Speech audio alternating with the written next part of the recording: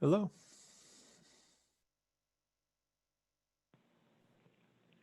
Hi, this is Paula. Hey, Paula, this is Jim. Hi. Hi.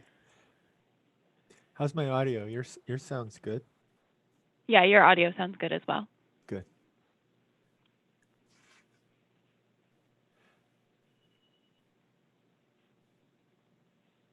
Paula, how are we going to run the slides? Are you going to run them, or are we going to run them? Sean is going to run everyone's slides. Great. So Perfect. whenever you just need to go to the next slide, just say next slide and he'll move it along for you. Thank you. Hey guys, this is Sean. I just jumped on. Can you hear me? Hey, Sean. Yes. Hey guys.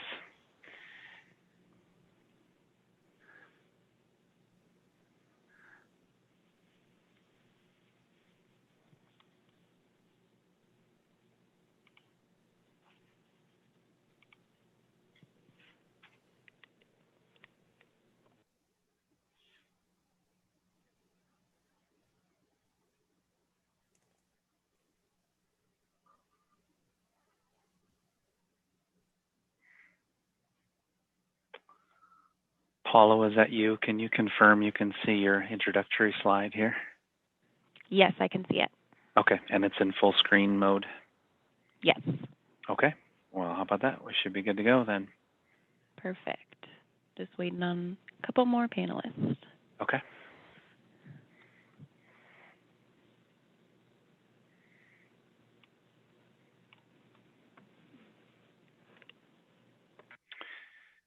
And Paula, is that correct? Diane wanted me to go ahead and kick it off, or did you want to kick it off, or how would you like to proceed? I'm fine either way. Yeah, Diane won't be able to make it, so if you can just kick it off, that would be great. Okay, can do. Perfect.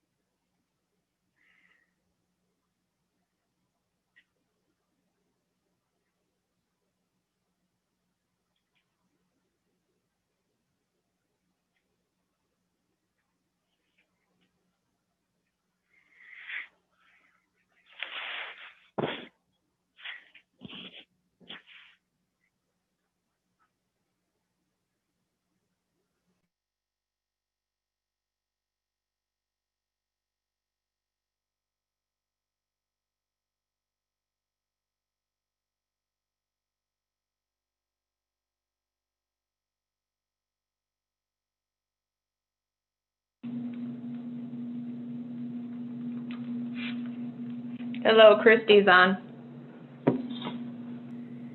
Hey, Christy. Hey, Christy. Hello. Hey, Jim. Hey, Sean. Sorry, I was planning to be in early and I took a phone call that I didn't think was going to take as long as it did. No problem.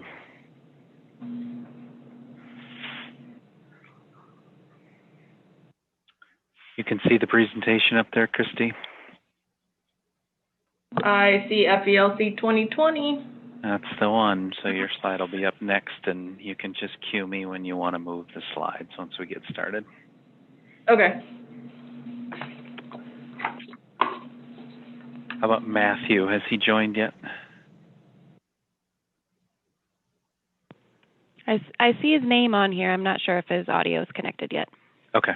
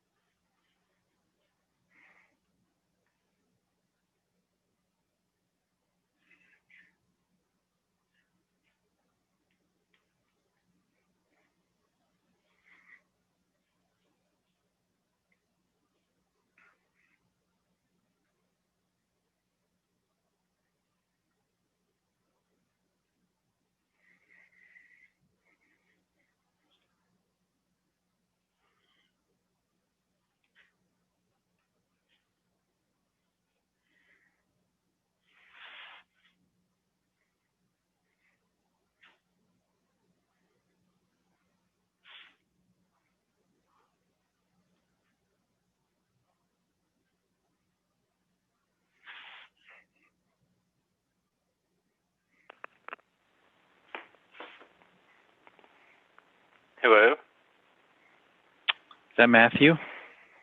Yes. Hey, Matthew. This is Sean. Welcome. Hey. I'm having a little bit of technical difficulty. For some reason, my Zoom isn't opening, so I'm resetting my computer, but I called in from a phone while Okay. that takes place. Okay, very good. Just let us know how it goes. We've got your slides up here, so even worst case, you could just cue through your slides yourself, and I could do that here, and you could stay on the call if you continue to have issues. But hopefully, you can get in. Yeah, I mean, I think I would just log in with like my phone or a tablet, so I could at least see. Okay. In that case, let me just reset the computer and see if that fixes it. Very good.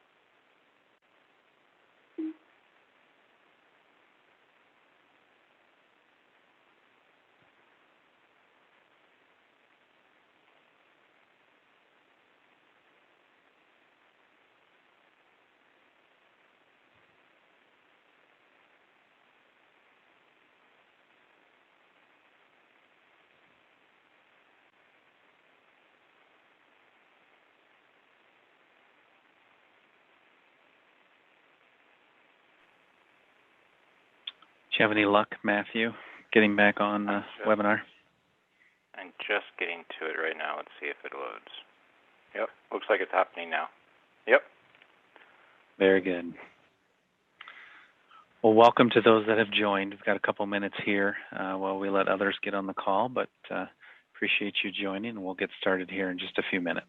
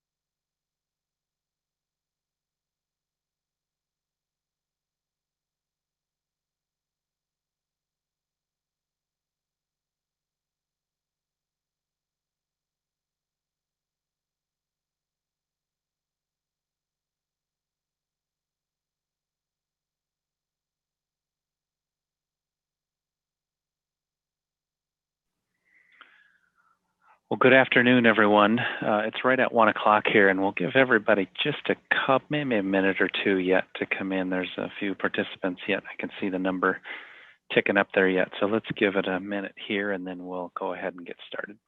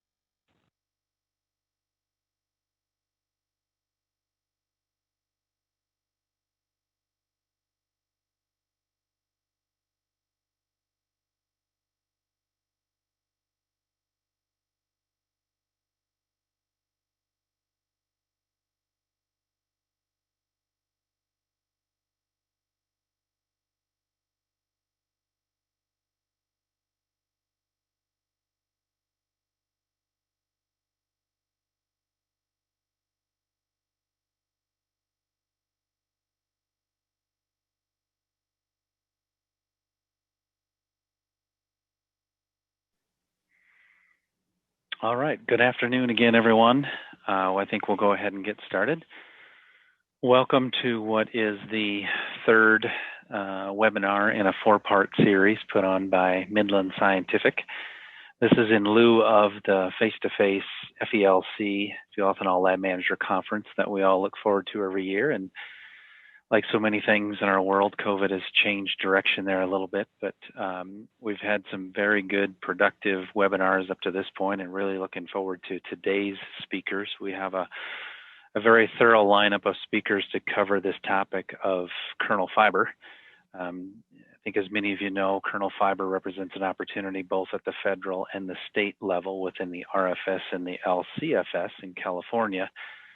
Although things have stalled a little bit at the federal level with the EPA, things continue to move forward at a brisk pace with the LCFS and the kernel fiber opportunity. And so that's why we thought it was good to get this topic again, very timely and important topic for our industry in front of the group here today. So look forward to what the speakers have to say. One maybe housekeeping item, if you've been on these in the past, you're aware that there's two different ways you can submit questions. There's a question and answer option on your Zoom meeting bar, and there's also a chat option. You're welcome to use either. I think maybe the Q&A is a little bit more efficient way to do it, but we will be watching both of those boxes as these go on, and you can go ahead and log your questions at any time, and then we'll probably go through all the presentations first and then take questions at the end for all the panelists.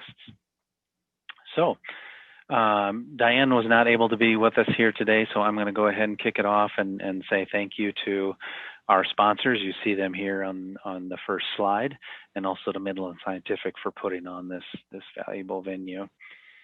So we'll move into it then. Like I said, we have a comprehensive list of speakers here, and our first one up is Christy Plock of Bion Sciences, and she's going to talk about the converted fraction ASTM standard, also known as ASTM E3181.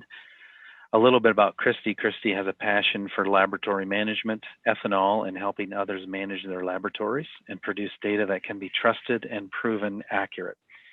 In her current role as Chief Science Officer for Bion, she enjoys the opportunity to assist the customers they serve in laboratory management, quality, and compliance.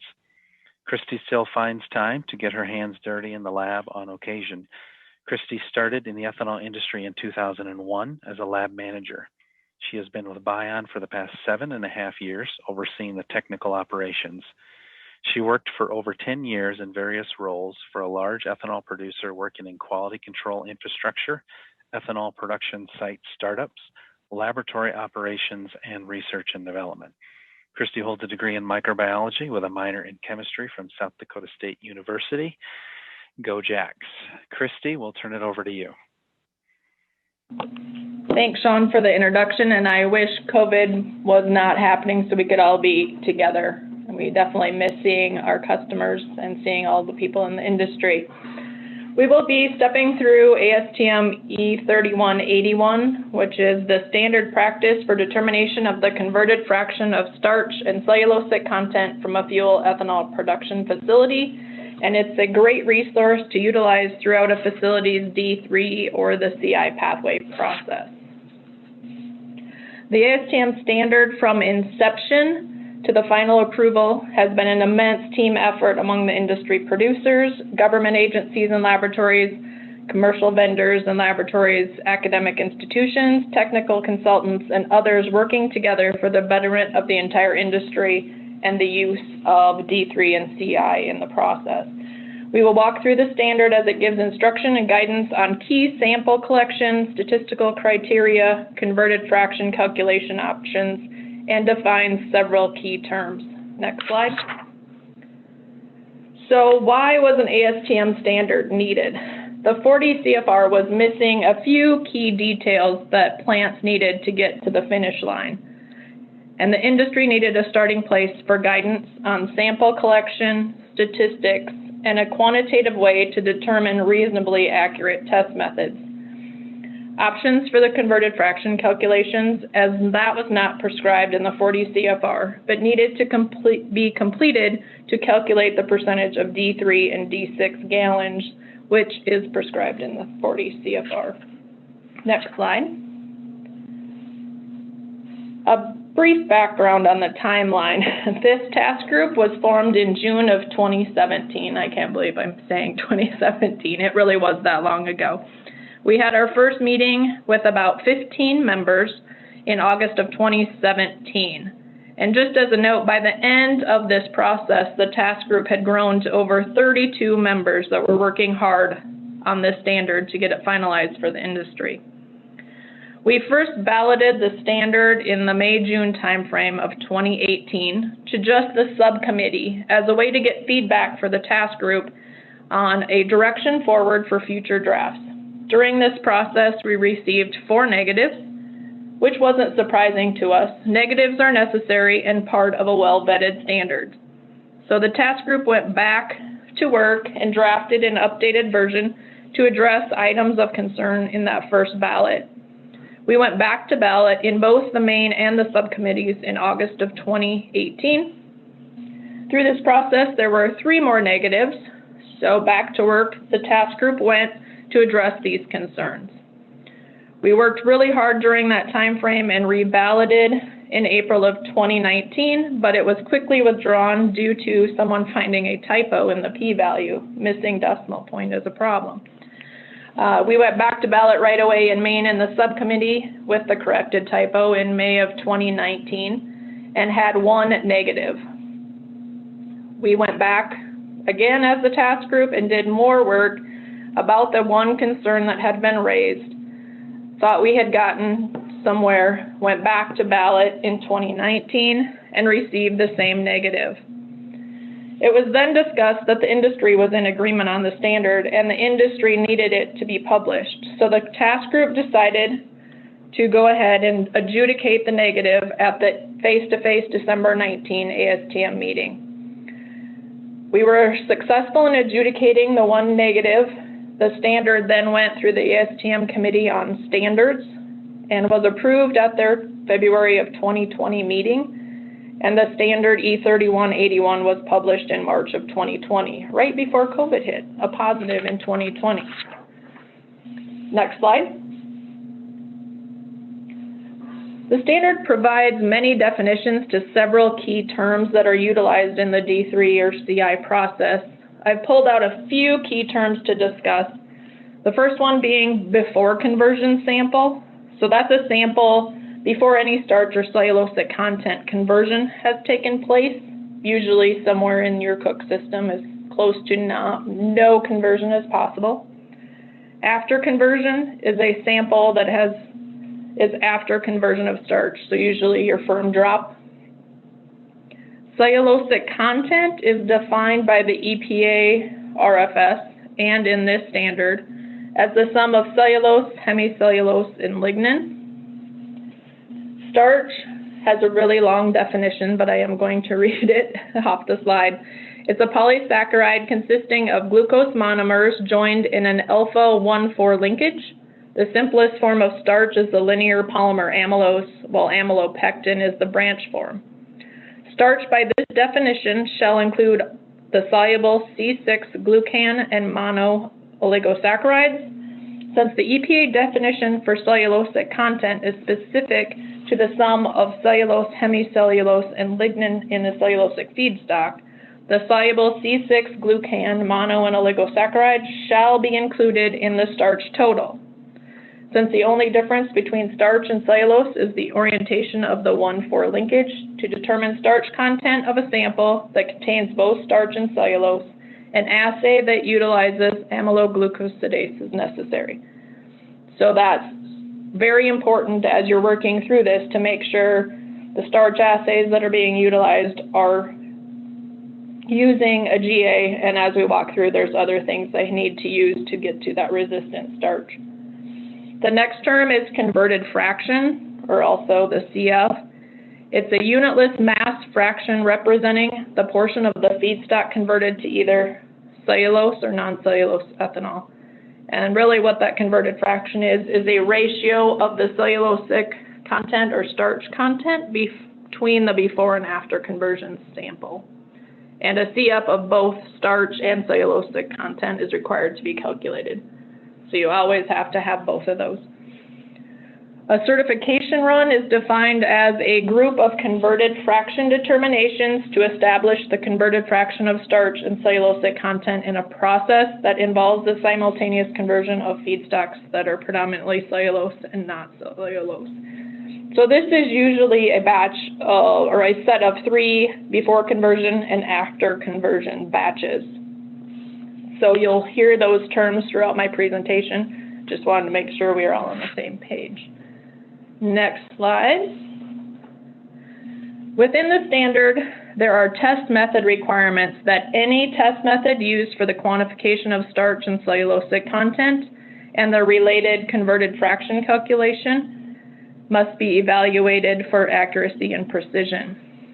Agreement of a test method for cellulosic content may be demonstrated by showing agreement of the test method for cellulosic content to a commercially available reference material with established and documented concentrations of cellulosic content.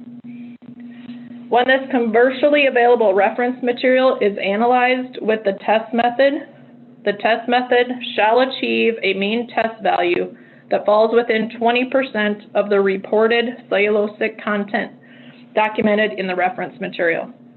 Test values that fall within 20% of the reported cellulosic content value are deemed reasonably accurate.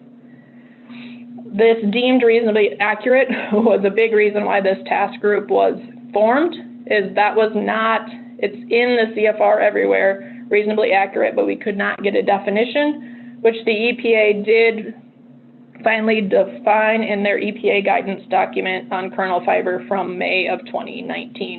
So it was added into the standard, so it's all here. You have to be within 20% of a reference material for that test method to be deemed approved. The next thing that's important for test methods is sample prep is key to any analytical method, and it was discussed that drying at elevated temperatures can cause the formation of resistant starch, which could lead to erroneous results. So because starch and cellulosic content need to be determined for every set, we had to talk about how are we going to properly prepare or dry samples that need to be dried. So with that, ASTM E1757, which is the standard practice for preparation of biomass for compositional analysis, was updated by a task group led by Sean Van Holzen from POET. That way we could ensure the proper drying conditions were included. Samples that require drying must follow guidance in ASTM 1757. So that's all listed here in E3181. The other thing that's important to notice on method requirements is the starch method must be designed to access resistant starch. Most methods include a step with either potassium or sodium hydroxide or dimethyl sulfoxide, DMSO, to access resistant starch. So that's a key too, is we talked about the amyloglucosidase meeting, and then we also now are saying that some sort of potassium hydroxide, dimethyl sulfoxide, or another step to access resistant starch is required in this. The precision of the test methods also have to be established and documented, and documented by quantifying the reproducibility of both starch and cellulose. And all this is in the standard, and this is done by analyzing 6 replicates of a single prepared sample of representative substrate. So it could be something from your process, something that we do here or wherever you're having your testing done. So you just do 6 replicates of a single sample. And the standard deviation of the method then is calculated and documented, and that is the uncertainty of the test method. Next slide. Another key thing that the standard outlines is sample collection requirements. Early on in the task group, we decided that we didn't believe as an industry that a single grab sample was representative of our large fermentation vessels. So we outlined sample collection requirements in E3181. So the number of subsamples needed to be representative is determined using ASTM E122, which is the practice for calculating sample size to estimate with specified precision the average for a characteristic of a lot or process. This subsampling ensures that the composite samples for analysis are representative of the material in the tank and going through the whole conversion process. The E3181 says that the total solids test can be used as the test data set for ASTM E122 because total solids can be a surrogate for starch and cellulosic content relating to the homogeneity of the tank and the insoluble materials. Also, increasing the sample size will make the sample mean closer to the population mean. So the subsamples need to be of equal size. When using E122, the user chooses the number of standard deviation multipliers and the maximum acceptable relative difference between the true and the sample average. For this practice, using 3 for a standard deviation multiplier and a 2 for the maximum relative difference are recommended. The sample volume for each of the subsamples and the composite samples, and we're talking of your before conversion and your after conversion samples, will be determined by each user and is dependent on the needs of any analytical test methods that are utilized. Next slide. So this is an example data set of data utilizing E122. So you're using 24 subsamples, doing your total solids assay on it, getting a mean, standard deviation, using those multipliers and your relative difference. This set shows that a 21.8 subsamples would be needed to ensure proper sample collection from the tanks of this facility. So it's usually not a small number, but they're manageable, and we need this to make sure that we're looking at the production facility as a whole and making sure that we're getting accurate samples. Next slide. The converted fraction calculation was a big part of this standard as well. The calculation for determining the D3 and the D6 fuel gallons are prescribed in the 40 CFR, but the calculation of converted fraction of starch and cellulosic content were not included in that regulation. These CF values are required for both starch and cellulosic content, and then they are used to calculate those gallons. The CF values are usually between 0 and 1. We've had a few people, as they are calculating it, coming up with numbers, but as you look through all of this 40 CFR calculations and all of the calculations for converted fraction in the appendices of this, you will see that CF values are between 0 and 1. So to obtain an accurate and representative converted fraction value for the production process needs to be considered.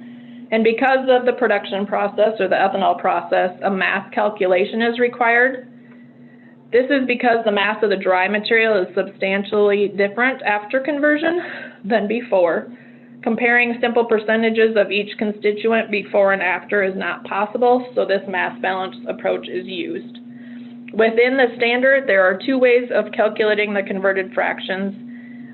One utilizes ash and the other is solids, and those are in Appendix 5s and 6s. The other thing the standard states and the EPA regulations require is that this converted fraction calculation, whatever you use, be reviewed and approved by a third-party engineering firm. Next slide. The converted fraction statistical confidence criteria relies on the p-value calculation. So the p-value shall be determined for the converted fraction of cellulosic content for any given certification run, those 3 BCAC batches. The p-value determines if the variation is sufficiently low to state with statistical confidence that the converted fraction of cellulosic content is greater than 0. And this standard sets the p-value threshold for statistical confidence at 0.05. So it is very tight, but it is very doable. And again, it shows that we are confident that it is greater than 0. Next slide. As previously discussed, the converted fractions of starch and cellulosic content are used to calculate the percentage of renewable fuel produced that are assigned D6 and D3 RIN codes, and those calculations are prescribed in the 40 CFR. The variation criteria for D3 RINs utilizes the coefficient of variation, or the CV, which is a statistical measure of the dispersion of data points around the mean. This CV, or the coefficient of variation, of the reported percentages of D3 gallons produced for each certification run shall be determined by usually using the standard deviation divided by the mean from the results from that certification run, or those 3 sets. On the bottom right of the slide, there are 2 examples of certification run CV values. One that meets the CV criteria of less than 20%, which is in the CFR, and the other does not. The mean values are similar, but the standard deviation is a bit higher, and that causes the calculated CV to be greater than 20%. So you might ask, what happens if I don't meet the CV? What options do I have? So next slide. So if your CV is greater than 20%, the standard has it memorialized that you can report the 95% confidence interval. So you can report that lower bound 95% confidence interval for those percentages of gallons. And so the calculation is there on the screen, and it's listed in Appendix 4. So in Appendix 4, the certification run has a mean of 2.29 with a standard deviation of 0.59 for a CV of 25.62. In calculating the 95% confidence interval, it yields a 1.61% RINs, which would be reported for that certification batch. So yes, you lowered your RINs by 0.629%, but you don't have to lapse in your pathway accrual gallons. And you can either utilize this value for the next 500,000 gallons of cellulosic, or you could immediately take another set of 3 samples and start another certification batch. Next slide. This ASTM standard is a resource to utilize throughout a facility's pathway process. It contains many areas of guidance for a facility working in the D3 CI space from conception to an active pathway. I want to thank all the individuals that were on the task group, as working on this standard was not for the faint of heart. It really was a heroic effort showing the tenacity of the industry for the industry. So thank you to everybody that was on that. Thank you, Christy, and I would echo that. It was a monumental effort put forth by the whole industry, and we're pretty proud of that standard. And thank you for leading that effort at ASTM, and thank you for your presentation here today. So go ahead and log any questions you might have for Christy in either the chat box again or the Q&A area, and we'll get to those questions here at the end. So we'll go ahead and keep moving on here to our next speaker and continue this theme of kernel fiber conversion and regulatory process. Jim Ram from Eco Engineers is up next. He's going to talk about the LCFS pathway application process. A little bit about Jim. Jim Ram is a founding partner of Eco Engineers, a renewable energy consulting and auditing company based in Des Moines, Iowa. Eco Engineers provides the essential building blocks of a clean energy economy. We advance the supply and use of clean energy across multiple industry sectors with our proven systematic 360 approach. Eco University training, regulatory engagement, carbon life cycle analysis, asset development consulting, compliance management, and audit services. Jim acts as the Director of Engineering for Eco Engineers and the Ethanol line business manager. Jim has special expertise in the areas of renewable fuel production, including kernel fiber ethanol and renewable natural gas. Jim lives in Des Moines, Iowa with his wife, Stephanie, and they have 3 grown children and 3 grandchildren. Jim, thanks for joining us today, and I'll turn it over to you. Thanks very much, Sean. It's really a pleasure to be here with FELC, and it's great to be on a panel with Christy and Matt. And I really do believe it's a good time to take a second look or a first look at kernel fiber. And again, this is the lowest value feedstock coming into the front end of the plant, and there's a possibility of really using that low value feedstock to make some very low carbon and high value ethanol. And so thanks for inviting me to speak today. And next slide. Is the audio okay? We're reading you loud and clear, Jim. Okay, great. So there is a real opportunity here to create a low carbon product, and to so Eco Engineers does this through a 360 approach, everything from training and education, engaging with CARB or the EPA, modeling the life cycle analysis, all the way to doing audit work, whether that be QRIN or validation or verification. So next slide, please. I want to introduce my colleague is Dr. Zhizhao Wang. He does the LCA modeling and the registration, and he comes to us from Argonne. He's been with us about 5 years, and he's completed more than 200 pathways into the LCA, into the LCFS. And he's done a great deal to help ethanol producers. So please, a lot of this work are things that he accomplished. Next slide, please. All eyes on the LCFS. Next slide, please. So reasons to invest in the LCFS. It's viewed as a more stable market through 2030 and beyond versus the uncertainties in the RFS market.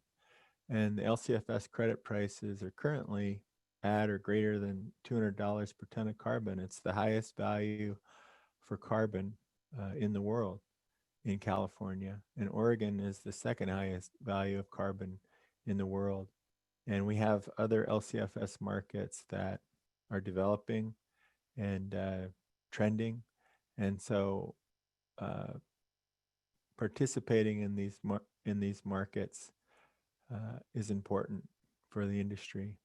And kernel fiber gallons can be 20 to 40 CI point reduction versus your starch gallons.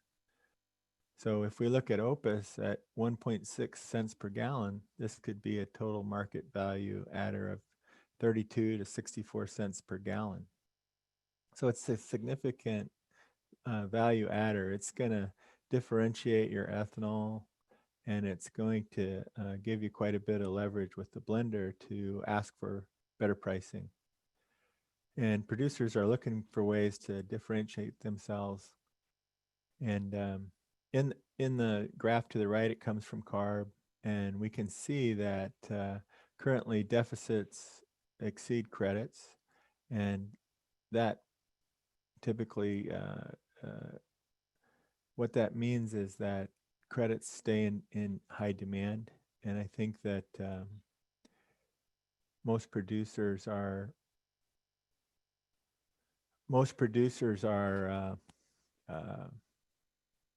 feel that LCF credit prices will remain high. Next slide, please. So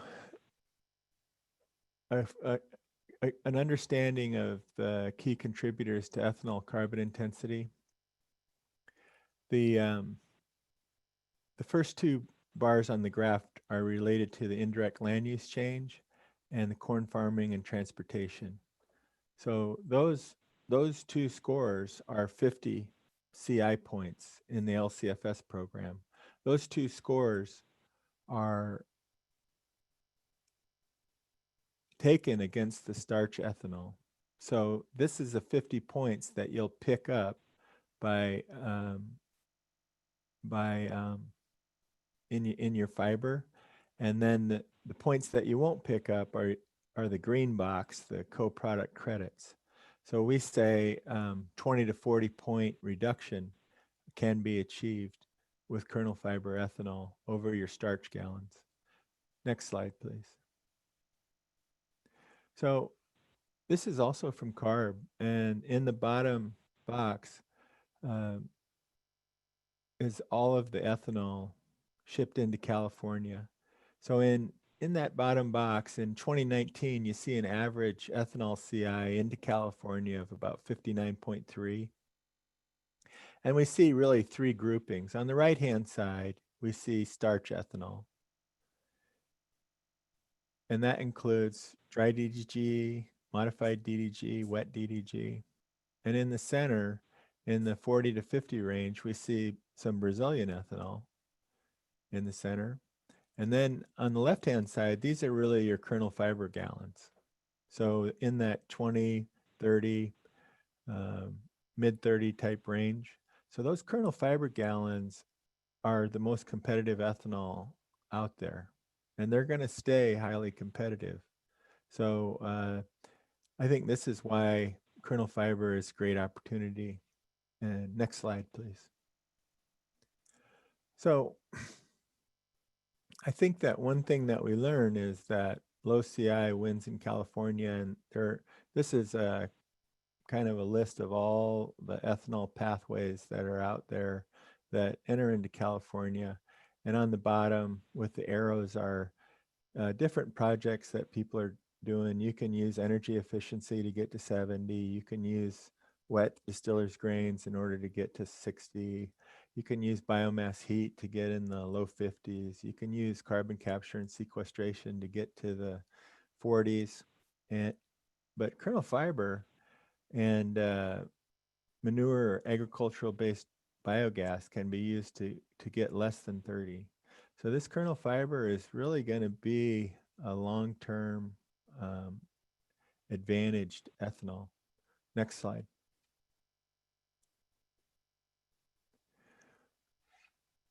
So the advantages: no indirect land use change, so you pick up 20 points. No corn farming and transportation, so you pick up 30 points. So your CI is going to be 20 to 40 points better. The adoption of non-baseline methods have increased the converted fraction of cellulose versus early baseline methods. So that today it's not uncommon to see 2 to 5% kernel fiber gallons in situ co-processing, according similar to the ASTM analysis that Christy was talking about, or 7 to 10% through separate processing. And then there's a huge advantage to the ASTM having been completed. It's a great move forward for industry, and I really do thank Christy and Sean and others for that. I'm sure I didn't make all 45 of those committee meetings, but I made as many as I could, but much appreciated. This talk is really focused on California, and producers are finding the non-baseline methods according to the ASTM to really drive value in California, even though the RFS is currently not evaluating these pathways. There's enough value in California to really drive this decision making. Next slide. Next slide. So there's two types of kernel fiber pathways, and on the top, this is the separate hydrolysis idea. These are there's RFS pathways that have been completed for Quad County corn processors since 2014, and most recently for ACE D3 Max. So in the separate hydrolysis, you need to establish best practices for starch separation. Here you can get D3 RINs. You can qualify for the cellulosic producers credit if it's in place, and there's a couple of producers that have registered in the RFS. In the bottom is the in situ co-processing. So here you're using the same fermenter. I should say on the top, the separate hydrolysis. Usually you're talking about 7 to 10% type kernel fiber gallons in the separate hydrolysis. And it's because you're pre-treating, you're usually using a weak acid to liberate more and convert more of the cellulose in the separate processing. In the in situ co-processing, you're using your same equipment. So the capital cost is not significant. You need to come up with an enzyme protocol, and you need to recertify every 500,000 fiber gallons. You need to recertify. And here, there's currently 5 RFS pathways that have stopped in December 2017 under ADENIC 1.0, which was a baseline method.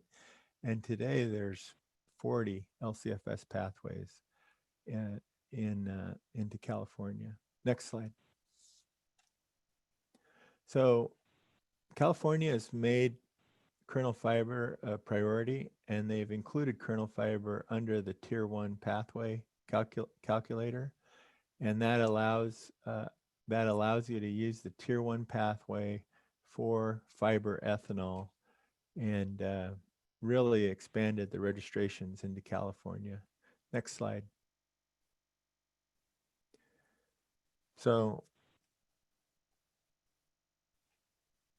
in kernel fiber ethanol, in the in situ, the converted fraction has to be recalculated within 10 business days of producing 500,000 kernel fiber gallons, and changes to testing method must be approved by CARB, physical inventory limit supply, and you also have the opportunity to register different co-products, whether they're wet, DDG, starch ethanol, or modified DDG, starch ethanol. Next slide, please. One more. So there are, of course, some compliance requirements and registration and compliance requirements. And so myself and Matt are talking about those. So in order to do this, you're going to need to comply with California. You're going to need to do your LRT reporting, your verification, and your annual fuel pathway reporting due March 31st. Next slide. So my focus is really on registration. So I just want to visit on that a little bit. So in this slide, the applicant is in orange. The CI application is prepared by the applicant or their consultant. There's a third-party verifier that validates the CI application, and then CARB certifies it. And then at that point, the applicant reports quarterly fuel transactions, and CARB issues the credits in green. And the applicant is also required to report annual CI data in their annual fuel pathway report due March 31st. And then there's annual verification of the fuel transactions and CI data are required. Next slide, please. So looking at that a little bit differently, or in a little bit more detail, how do we register a Tier 1? What does that process look like? So one time on line 1, you need to register on the Alternative Fuels portal, and CARB will, in the orange, and then CARB will review and provide you with a AFP account approval. So number 2, as the producer, you need to come up with at least 90 days of production and energy use data. And you need to come up with your converted fraction. So production and energy use data, a minimum of 90 days. So that would be 90 days where you're using your cellulosic technology, your enzyme protocol, your cellulase enzymes. If you're using cellulase enzymes as part of your production process, it could be some type of advanced milling technology that you're using, but 90 days of running your cellulosic process, whether that's in situ or ex situ. You're going to need during that time, you'll work with a laboratory like Soliton to gather your samples and have them analyzed for your pre and post conversion samples, and have them analyzed for converted fraction. So that might be considered supporting documents when those lab results are available on converted fraction. And then you'll do California GREET 3.0 modeling and submit a fuel pathway application, all in line 2. And on line 3, the application submission on the fuel portal. And then CARB will conduct a high-level data review. After that, the verification body will review the data in the pathway, submit a positive validation statement to CARB, and then CARB will deem it complete and the pathway is certified. And then finally, LCFS credits can be generated. And we've helped a number of producers through this process, and you can achieve it and get to where your credits can be generated usually there's kind of a look back period. There's a one of the ways to do this, to manage risk, is to use a temporary pathway. There is a temporary pathway for kernel fiber that you can register for, and then switch to your provisional pathway for kernel fiber, and then build that out. Next slide, please. So, you know, the kernel fiber, we think it's a great time for the industry to expand the kernel fiber production. Just estimates, there's a lot of room in the market for these very low CI kernel fiber gallons. The LCFS is open and encouraging new pathways. The ISTM is a huge plus, and the market drivers are there for ethanol producers to pick up and hold some significant premiums for kernel fiber gallons. And you know, that I think as industry, we keep advancing this and look forward to a day when the RFS reopens and we start to pick up the D3, D6 split and other credits that are possible. So next slide, please.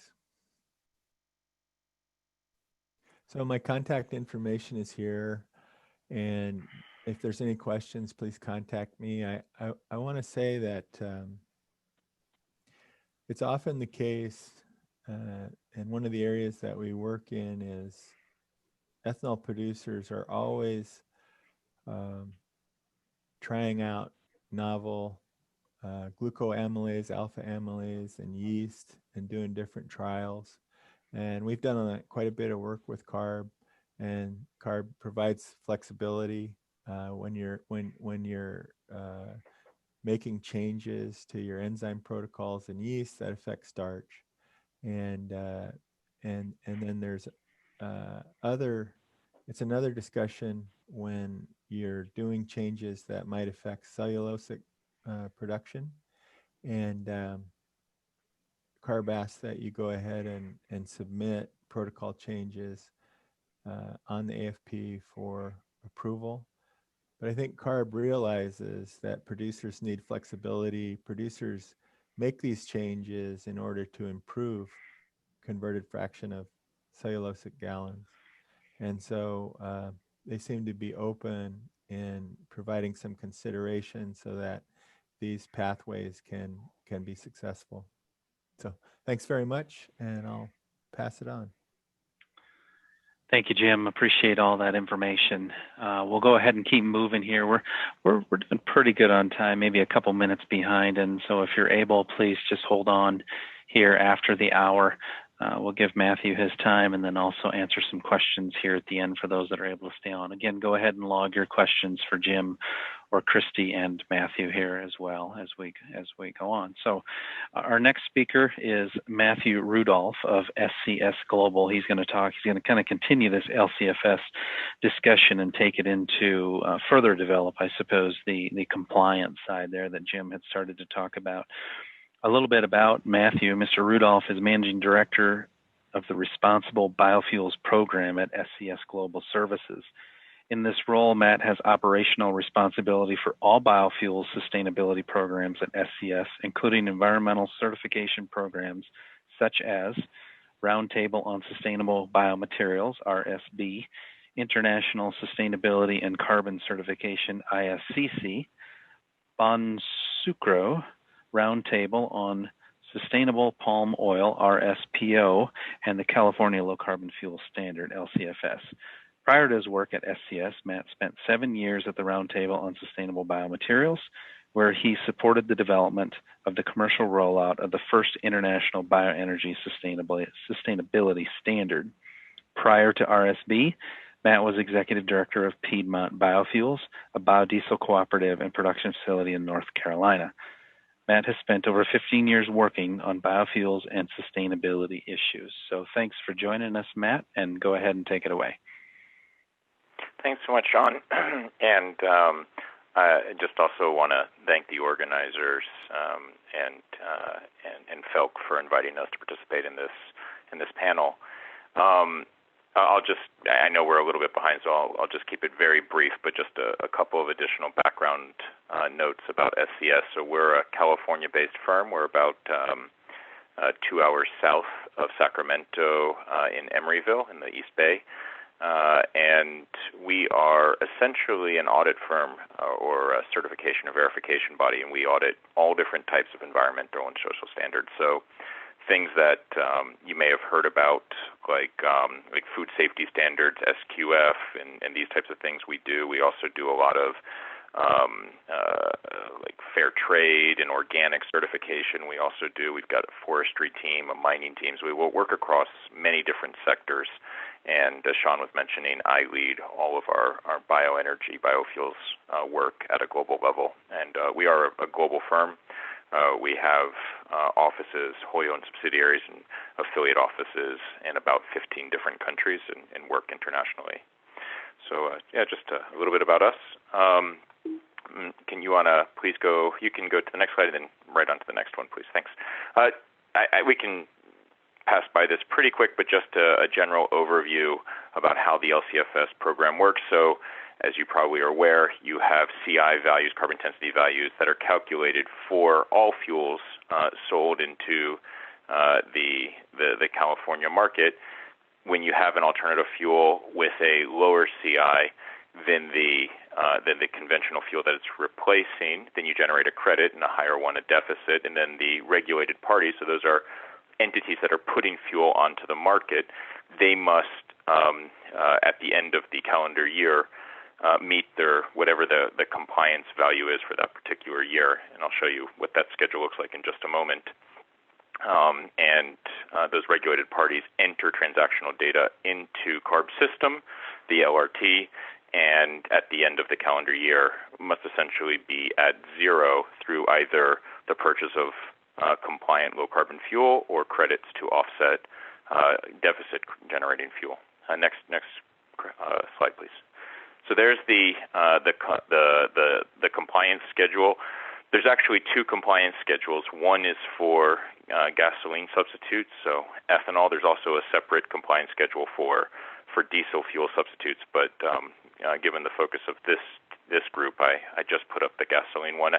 And I think that the main thing to take note is the average carbon intensity that the regulated parties need to meet at the end of each calendar year is steadily going down. In other words, it's becoming more restrictive, and that is part of what is driving up credit prices.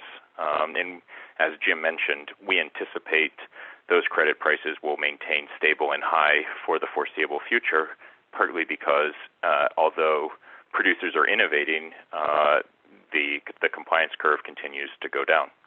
Next slide. Next one, please. And this is, I'm going to overlap just slightly with some of the information that Jim presented. Some of you may be aware there's two different fuel pathway types. There is a streamlined Tier 1 pathway, and based upon a simplified calculator tool. Essentially what CARB's done is put in the most common process data into standard alternative fuels, the most common alternative fuels. As Jim mentioned, one of the nice things that they've done is included corn fiber cellulosic fraction in the most recent version of the simplified calculator tool for corn ethanol. Most of the folks participating in this webinar, we assume, will be in the Tier 1 pathway, though there will be some cases where Tier 2 pathways will be useful. So that tends to be if you are using renewable process energy or some kind of novel technology and want to take advantage of that, you may CARB may kick you over into the Tier 2 process. But for the purposes of this presentation, I'll focus mostly on the Tier 1 process and the verification associated with that. Next slide, please. This is just another way to look at some of that information that Jim presented before. This is you would work with a firm like Eco Engineers, submit your application items, the simplified calculator tool, the process flow diagrams, the information listed there, and you would submit that through the alternative fuel portal. And what generally is going to happen is CARB will receive that information, they'll review it, they may come back to you or your consultant and ask you questions and then say, okay, you're ready for validation. Do you have a verification body that you've selected? You might say, oh, well, we're going to work with SCS or whomever, and you would assign your pathway to us once it's been approved by CARB in the AFP system. At that point, there's actually two notifications. One is we get notified that we've been selected, and then the second is we've been notified that the fuel pathway has been accepted by CARB and is ready for validation.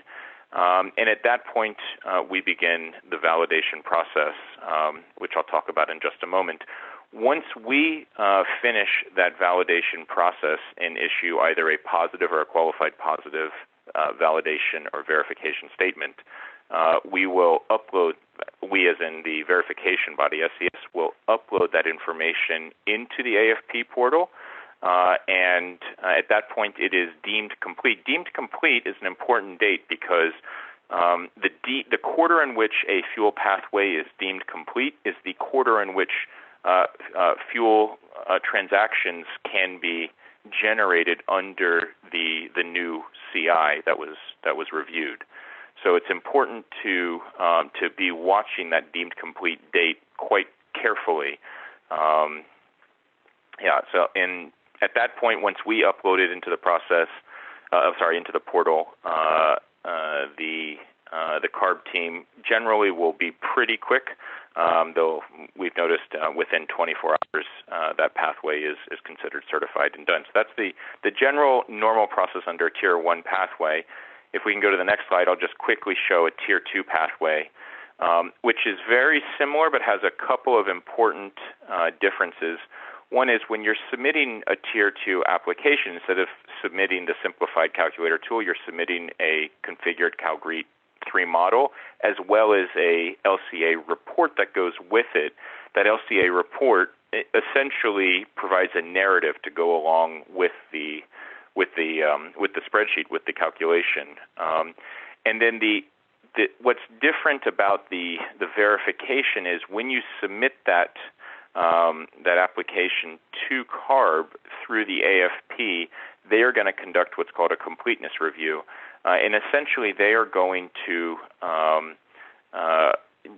do a detailed review of the fuel pathway application. So it'll be, whereas with the Tier 1 pathway, you can generally upload and, depending on workload, get through the CARB process in a relatively short amount of time, let's say a couple of weeks.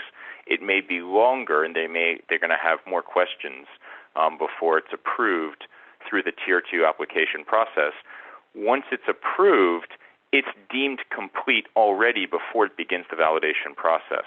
So that means there may be instances where the fuel pathway gets moved over to us as a verification body in, let's say, Q3. Let's say it happened before September 30th of a particular year. We're then doing the validation exercise in Q4. As long as we complete our portion, the validation and the certification of the fuel pathway is complete before the end of the subsequent quarter, so before the end of Q4, the fuel transactions in the previous quarter in Q3 are deemed valid under the new CI. That's a little bit complicated, but we can talk about it offline if anybody has some questions about that timeline. I don't expect Tier 2 pathways to be that common amongst this group, but if you want to review those timelines, we've sort of gone over them in detail back and forth with CARB quite a lot because it can be a little bit confusing. Those are the main points to understand. And then just one last point is to keep in mind the post-validation process is a little bit longer for a Tier 2 pathway. So we'll upload typically the fuel pathway, the validation statement to the AFP under a Tier 2 pathway process.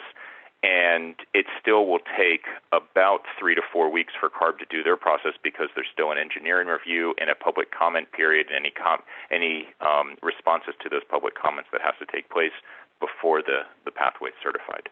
Next slide. keep going, please.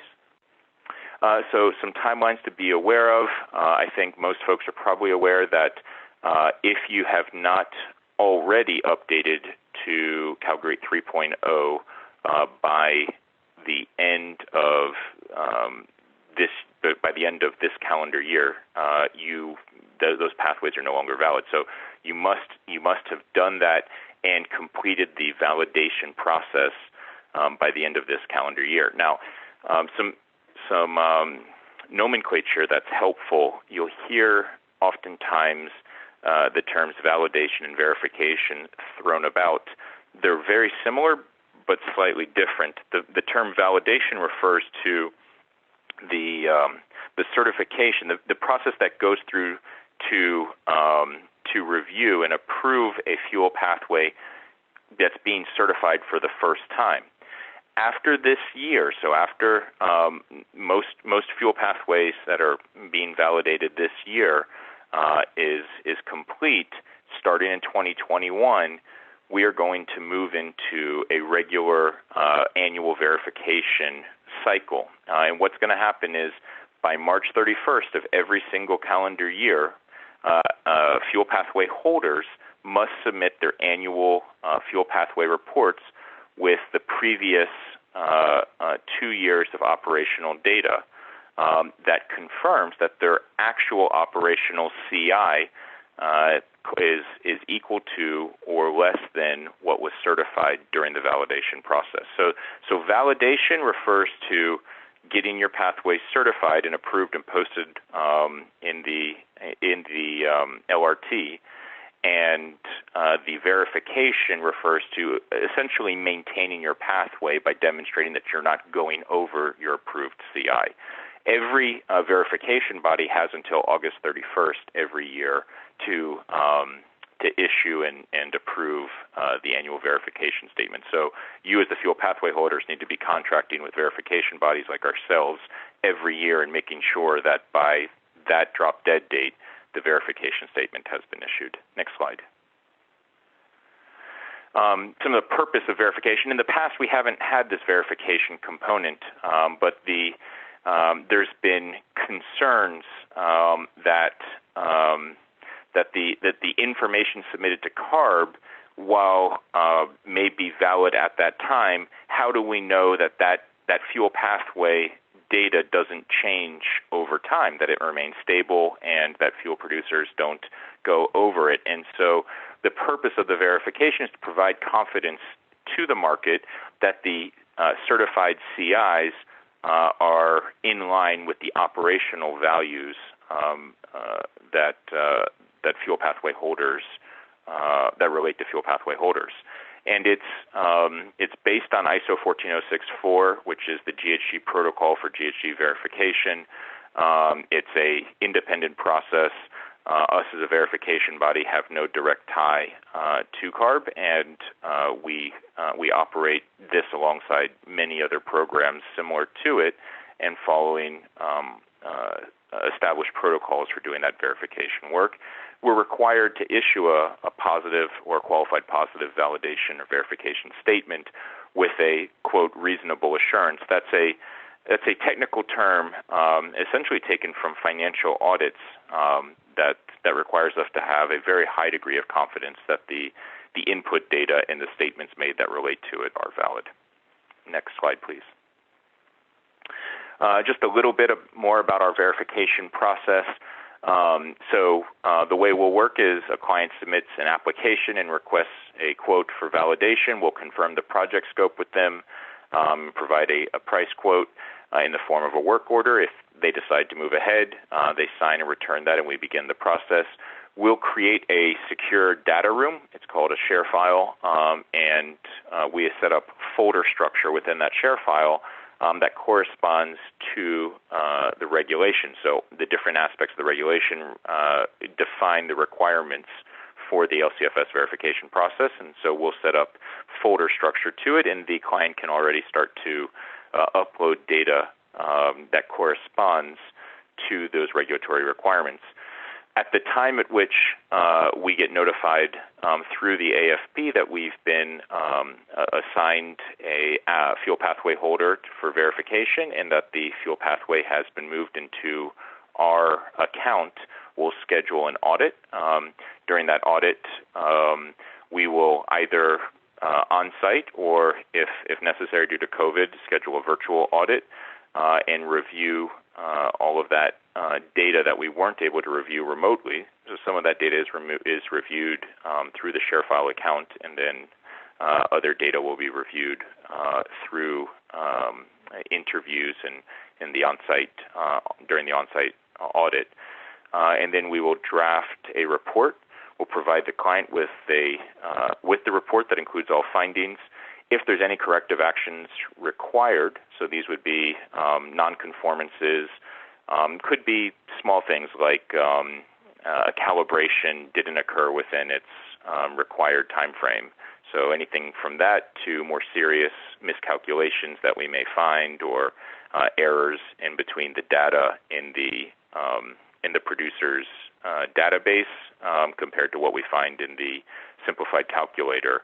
We'll issue nonconformances, and the client will have time to issue corrective actions, fix any nonconformances, and at the end of the process, we will finalize the report. We will, before we issue a validation statement, we'll send it for independent review. So this goes to another lead verifier for a complete review of the file, and sometimes additional questions may come up. But once that's been approved through the independent review process, we'll finalize the report and submit the verification statement to CARB, at which point, in a Tier 1 process, you're basically complete, and certification happens shortly thereafter. Next slide. Just a couple more slides. So just wanted to talk very quickly about the corn fiber ethanol fraction portion. What we do there is essentially review the producer cellulosic converted fraction test procedure to make sure that the procedure has been approved by CARB. The ASTM procedure that was reviewed by Christy earlier is an approved process by CARB. There may be others. We're not aware, but for the moment, we have reviewed and gotten approval from CARB that the ASTM process is an approved procedure. We'll then review the converted fraction COAs to make sure that fuel produced by the producer has been within 365 days of the test date, or within 10 business days of producing or passing the 500,000 gallon mark for the corn fiber cellulosic portion. We'll also look at where they're storing their COAs and also review their internal database where the converted fraction data is stored, so typically on the server of the database. Next slide, please. And then in terms of reviewing the actual volumes, what we'll do then is review how does the what procedures are in place for determining the cellulosic ethanol volumes from the converted fraction data. So essentially, when you get your COA, it'll indicate what the percent is of your converted fraction. As Jim mentioned, for in situ, it's generally in the 2.5% to 4 or 5% range. So we'll review that, make sure that that's been applied appropriately across all of the production gallons of the facility. We'll look at monthly volumes of starch and cellulosic and total ethanol in the producer's database, and then we'll compare that to the values that are reported in the simplified or calculator tool to make sure that the values match. Next slide. And that's it. That's my contact information. Yeah, we look forward to hearing from you. And once again, want to thank the organizers and my co-presenters for inviting us. Thank you very much. Thank you, Matt. Appreciate that information. And thanks again to all the speakers and to our attendees here for hanging on just a few minutes over. To the extent that the speakers have a little bit of time here, we could answer some questions. I'm not seeing any right now in the Q&A or the chat box, but you can go ahead and do that here yet in the next few seconds here as we hang on to see if there are any questions. Otherwise, thank you again to Midland Scientific for hosting this webinar in the FELC each year, and thank you to all of the sponsors for making this possible. You know, I can tell you this about this particular webinar. This is the most thorough overview, I think, that's been put together that I've been a part of for the kernel fiber space, and just really appreciate the speakers that covered everything from A to Z so comprehensively for everyone. And there is one more. I said this was take 3 at a 4-part series of the Midland Scientific FELC webinar. There is another one next week, the last one, which will be on protein technology. So make sure to tune in next week, Tuesday, at the same time for the last of the 4 webinar series. So with that, again, I don't see any questions. That could only be a testimony to the thoroughness and comprehensiveness of our speakers. So again, appreciate that very much. And we will close at this time and look forward to talking to everybody and see everyone again next week. Take care, everyone. Thank you. Thanks, everyone.